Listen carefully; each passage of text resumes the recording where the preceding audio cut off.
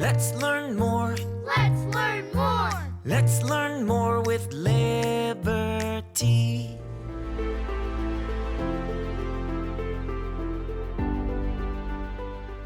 When important things happen in history, people often use different methods to record those events for future generations to remember. Sometimes people use art, literature, or music, but another important method is poetry, and that will be our focus here. For nearly all of recorded history, poetry has been one of the primary ways people have passed down information across generations. Through poetry, the poet is able to offer his or her thoughts, feelings, and emotions in the form of verse, leaving a powerful impact on the reader. From Homer and Virgil to King Solomon in the Bible, poetry has been one of the mediums that people use to respond to historical events, and it remains so to this very day.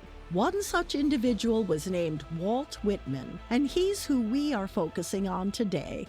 Whitman was born in 1819 in New York and began publishing poetry in 1855. As a poet, Whitman developed a reputation as a champion of the human spirit and a voice for democracy. When the Civil War broke out in 1861, Whitman knew he had to get involved in the war effort on behalf of the Union Army. In his spare time, he volunteered as a nurse in local army hospitals, and he would write about his experiences in a work called The Great Army of the Sick. Whitman was also a strong supporter of President Abraham Lincoln and his efforts to preserve the Union. He admired President Lincoln for his bold leadership and his ability to make hard decisions for the good of all people. For this reason, Whitman wrote a poem about President Lincoln called "O Captain, My Captain." In this famous poem, he talks about the glory Lincoln brought upon the people and recognizes President Lincoln's untimely death,